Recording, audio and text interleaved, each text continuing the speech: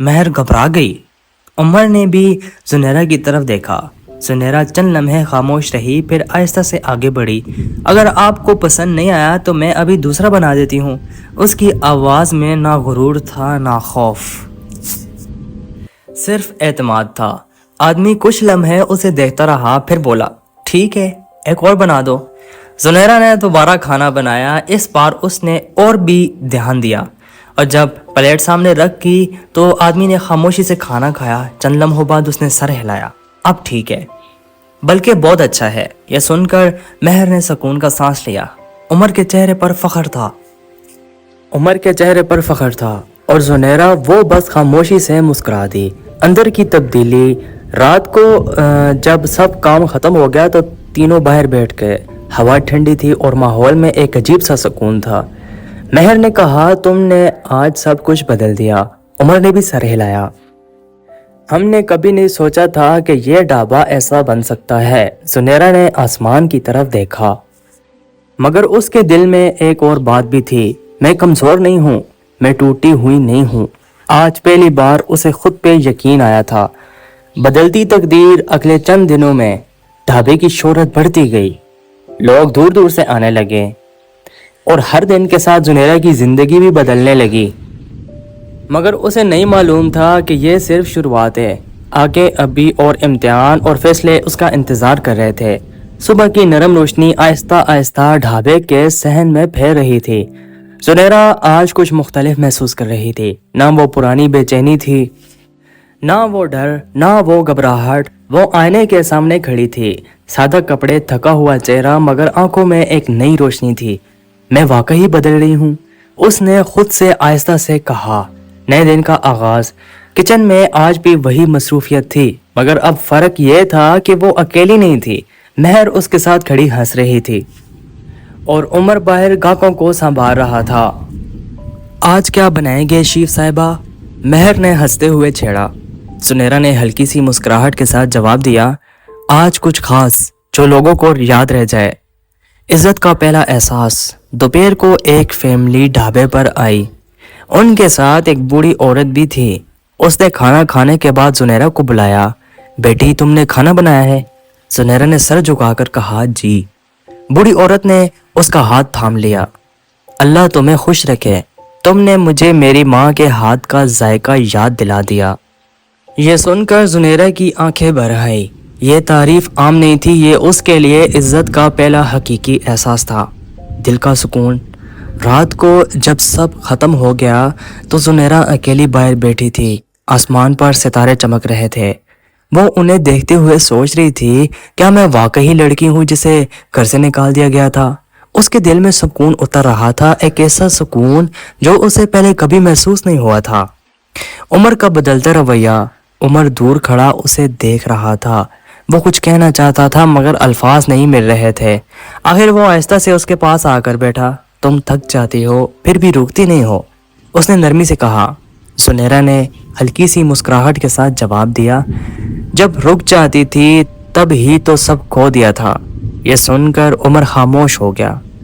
اسے اندازہ ہوا کہ زنیرہ کے اندر کتنی گہرائی ہے، کتنا درد ہے اور کتنی ہمت بھی۔ کچھ لمحوں تک خاموشی میں بیٹھے رہے۔ ہوا ہلکی ہلکی چل رہی تھی اور ماحول میں ایک عجیب سی نرمی تھی۔ عمر نے پہلی بار دل سے کہا، تم بہت مضبوط ہو۔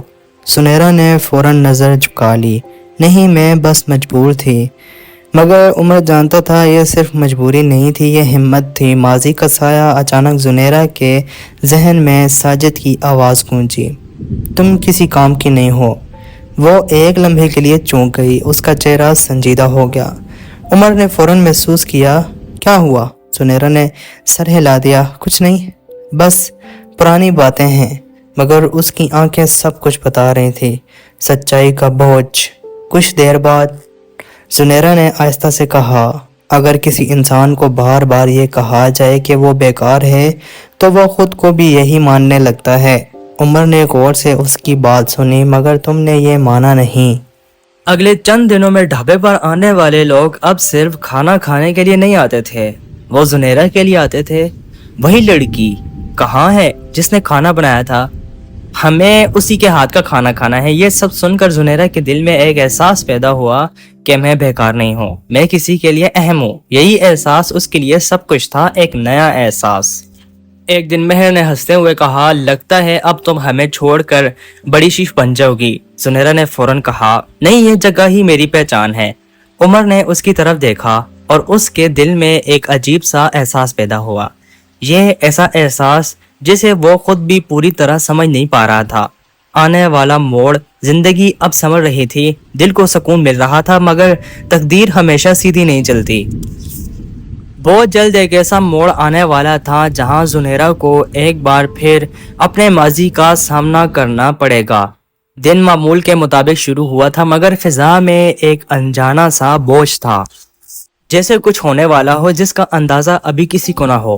ڈھابا اب پہلے جیسا نہیں رہا تھا، وہاں رونق تھی، لوگوں کی آوازیں تھی اور ہر طرف زندگی کی حرکت محسوس ہوتی تھی۔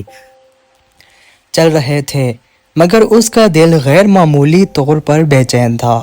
وہ خود بھی نہیں سمجھ پا رہی تھی کہ آخر یہ بے چینی کیوں ہے، جیسے کوئی پرانا زخم بغیر وجہ کے دوبارہ ہو رہا ہو۔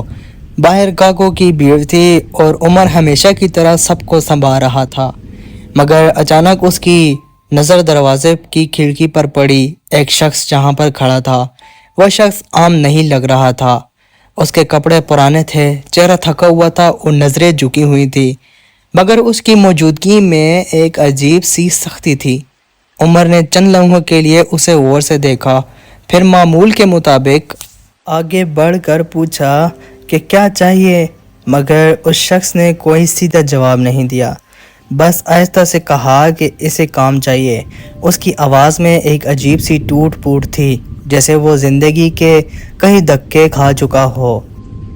عمر نے ہچکچاتے ہوئے اسے بیٹھنے کا اشارہ کیا اور کہا کہ پہلے کھانا کھا لے، پھر بات کریں گے۔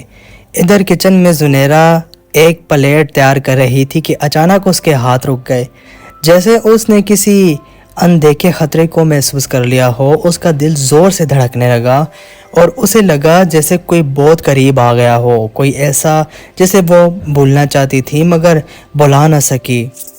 اس نے خود کو سنبھالا اور پلیٹ باہر بھجوا دی، مگر اس کے اندر ایک طوفان اٹھ چکا تھا۔ جب وہ شخص کھانا کھانے بیٹھا تو اس کا پہلا لقمہ لیا اور ایک لمحے کے لیے اس کے چہرے پر حیرت ابھری، جیسے اس نے کسی جانی پہچانی چیز کو محسوس کیا ہو۔ اس نے سر اٹھا کر ارد گرد دیکھا، جیسے وہ کسی کو ڈھونڈ رہا ہو۔ عمر نے اس کے تاثرات نوٹ کیے مگر کچھ نہ کہا۔ چند لمحوں بعد وہ شخص آہستہ سے بولا کہ یہ کھانا کس نے بنایا ہے؟ عمر نے عام انداز میں جواب دیا کہ ان کے کچن میں ایک لڑکی کام کرتی ہے۔ یہ سنتے ہی اس شخص کے چہرے پر ایک عجیب سی کیفیت آ گئی، حیرت، شک اور شاید خوف بھی۔ اس نے دوبارہ کھانا کھایا مگر ہر لقمے کے ساتھ اس کی بے چینی بڑھتی جا رہی تھی، جیسے یہ ذائقہ اسے ماضی کی کسی یاد میں لے جا رہا ہو جس سے وہ بچنا چاہتا تھا۔ ادھر زنیرہ کچن میں کھڑی خود کو سنبھالنے کی کوشش کر رہی تھی۔ اس کا دل کہہ رہا تھا کہ باہر کچھ تو ایسا ہے جو اس کی زندگی کو دوبارہ ہلا سکتا ہے۔ اس نے کئی بار خود کو سمجھایا کہ یہ صرف وہم ہے، مگر دل ماننے کو تیار نہیں تھا۔ آخرکار اس نے ہمت کی اور آہستہ سے کچن کے دروازے کے پاس آ کر باہر جھانکا۔ جیسے ہی اس کی نظر اس شخص پر پڑی، اس کے قدم جیسے زمین پر جم گئے، سانس رک گئی اور آنکھوں کے سامنے اندھیرا سا چھا گیا۔ وہ ساجد تھا، وہی ساجد جس نے اسے بے عزت کر کے گھر سے نکالا تھا، وہی ساجد جس نے اس کی زندگی کو ایک لمحے میں برباد کر دیا تھا۔ ساجد نے بھی جیسے ہی سر اٹھایا، اس کی نظر زنیرہ پر پڑی۔ وہ ایک لمحے کے لیے بالکل ساکت رہ گیا۔ اس کی آنکھوں میں حیرت کا عجیب سا ملاب تھا، جیسے وہ کسی خواب کو حقیقت میں دیکھ رہا ہو۔ زنیرہ فوراً پیچھے ہٹ گئی، اس کا دل زور زور سے دھڑک رہا تھا اور ہاتھ کانپ رہے تھے۔ ماضی ایک طوفان کی طرح اس کے اندر واپس آ چکا تھا، وہی آوازیں، وہی الزام، وہی تکلیف۔ اس نے دیوار کا سہارا لیا اور آنکھیں بند کر لی، جیسے خود کو سنبھالنے کی کوشش کر رہی ہو۔ باہر عمر نے دونوں کے بدلتے ہوئے تاثرات محسوس کر لیے تھے۔ اسے اندازہ ہو گیا تھا کہ یہ کوئی عام بات نہیں ہے۔ وہ آہستہ سے زنیرہ کے پاس آیا اور نرمی سے پوچھا کہ کیا ہوا ہے، مگر زنیرہ نے فوراً کوئی جواب نہیں دیا۔ اس کے لیے الفاظ تلاش کرنا مشکل ہو رہا تھا۔ چند لمحوں بعد اس نے بمشکل کہا کہ وہ شخص اس کا ماضی ہے، ایک ایسا ماضی جس سے وہ بھاگتی رہی ہے۔ عمر نے اس کی بات سن کر گہری سانس لی، مگر اس کے چہرے پر غصے کے بجائے سکون تھا، جیسے وہ اسے یقین دلانا چاہتا ہو کہ اب وہ اکیلی نہیں ہے۔ ادھر ساجد اب اپنی جگہ بیٹھا تھا، مگر اس کے اندر ایک عجیب سی ہلچل مچی ہوئی تھی۔ وہ سمجھ نہیں پا رہا تھا کہ جس عورت کو اس نے کمزور اور بیکار سمجھا تھا وہ آج کس مقام پر پہنچ گئی ہے۔ اس کے دل میں پچھتاوا بھی تھا اور شرمندگی بھی، مگر اس کے پاس اتنی ہمت نہیں تھی کہ وہ سیدھا اس کے سامنے جا کر بات کر سکے۔ وہ خاموشی سے بیٹھا رہا، جیسے اپنے ہی فیصلے کے بوجھ تلے دھپ گیا ہو۔ یہ لمحہ زنیرہ کے لیے ایک امتحان تھا۔ اسے فیصلہ کرنا تھا کہ وہ اپنے ماضی سے بھاگتی رہے گی یا اس کا سامنا کرے گی۔ اس کے دل میں خوف بھی تھا اور غصہ بھی، مگر کہیں نہ کہیں ایک نئی طاقت بھی جاگ رہے تھے، وہ طاقت جو اس نے اپنی محنت اور صبر سے حاصل کی تھی۔ اب سوال یہ تھا کہ کیا وہ اس طاقت کو استعمال کر پائے گی یا ماضی ایک بار پھر اسے توڑ دے گا۔ زنیرہ کچھ لمحوں تک کچن کے دروازے کے پیچھے کھڑی رہی۔ اس کا دل کافی زور زور سے دھڑک رہا تھا، جیسے سینے سے باہر نکل آئے گا۔ ماضی جیسے وہ دفن سمجھ چکی تھی، اچانک اس کے سامنے زندہ کھڑا ہو گیا۔ ساجد وہی بیٹھا تھا، مگر اب اس کے چہرے پر وہ غرور نہیں تھا جو کبھی ہوا کرتا تھا، بلکہ ایک عجیب سی شکست اور پچھتاوا تھا۔ عمر خاموشی سے دونوں کو دیکھ رہا تھا، جیسے وہ سمجھ رہا ہو کہ اب اس لمحے میں مداخلت نہیں کرنی چاہیے، کیونکہ یہ ایک پرانا حساب ہے جو خود ہی پورا ہوگا۔ آخر کار زنیرہ نے ہمت کی اور آہستہ آہستہ باہر آئی۔ اس کے قدم بھاری تھے مگر رکنے والے نہیں تھے۔ ساجد نے جیسے ہی اسے دیکھا وہ فوراً کھڑا ہو گیا، مگر اس کی آواز میں وہ طاقت نہیں تھی جو پہلے ہوا کرتی تھی۔ اس نے آہستہ سے کہا کہ اسے معاف کر دے۔ وہ غلط تھا کہ اس نے جلد بازی میں سب کچھ تباہ کر دیا۔ زنیرہ نے اسے خاموشی سے دیکھا، اس کی آنکھوں میں وہ پرانا درد تھا، نہ کمزوری تھی، بلکہ ایک عجیب سا سکون تھا، جیسے طوفان کے بعد سمندر خاموش ہو گیا ہو۔ کچھ لمحے خاموشی چھائی رہی، صرف لوگوں کی ہلکی آوازیں دور سے آ رہی تھی۔ پھر زنیرہ نے آہستہ سے کہا کہ معافی صرف لفظوں سے نہیں ملتی اور نہ ہی کوئی انسان کسی دوسرے کی تقدیر کو بانجھ کہہ کر ختم کر سکتا ہے۔ اس نے کہا کہ جو کچھ ہوا وہ اس کے نصیب میں لکھا تھا، مگر اس نے اپنی ہمت سے اسے بدلنے کی کوشش کی۔ اس کی آواز میں نہ غصہ تھا نہ نفرت، صرف حقیقت تھی۔ ساجد کے پاس کوئی جواب نہیں تھا، وہ بس زمین کی طرف دیکھ رہا تھا، جیسے اپنے ہی فیصلوں کے بوجھ سے دھپ گیا ہو۔ زنیرہ نے ایک ہی لمحے کے لیے عمر کی طرف دیکھا، جو خاموشی سے کھڑا اسے دیکھ رہا تھا۔ اس کی آنکھوں میں سوال تھا، مگر عمر نے بس ایک ہلکی سی مسکراہٹ دی، جیسے کہہ رہا ہو کہ تمہیں کسی سے ڈرنے کی ضرورت نہیں۔ زنیرہ نے گہری سانس لی اور دوبارہ ساجد کی طرف دیکھا، پھر آہستہ سے کہا کہ زندگی اب وہاں واپس نہیں جا سکتی جہاں اسے توڑا گیا تھا، کیونکہ جو ٹوٹ کر دوبارہ بنتا ہے وہ پہلے سے زیادہ مضبوط ہوتا ہے۔ یہ کہہ کر وہ آہستہ سے پیچھے ہٹی اور پھر کچن کی طرف چل دی۔ اس کے قدم اب ہلکے تھے، جیسے اس نے کوئی بہت بڑا بوجھ اپنے دل سے اتار دیا ہو۔ ساجد وہیں کھڑا رہ گیا، اکیلا، خاموش، اپنی غلطیوں کے ساتھ۔ عمر نے ایک نظر اس پر ڈالی، پھر ڈھابے کی طرف دیکھا جہاں زندگی پھر سے چل رہی تھی۔ زنیرہ دوبارہ اپنے کام میں لگ چکی تھی، مگر اب وہ عورت نہیں تھی جو ٹوٹی ہوئی تھی، اب وہ ایک مضبوط انسان تھی جس نے اپنی پہچان خود بنائی تھی۔ وقت آہستہ آہستہ گزر گیا اور کہانی وہی ختم ہو گئی جہاں ایک عورت نے اپنے درد کو طاقت میں بدل دیا تھا۔ نہ کوئی بڑا انتقام تھا، نہ کوئی چیخ و پکار، بس ایک خاموش فتح تھی جو دلوں کو بدل دیتی ہے۔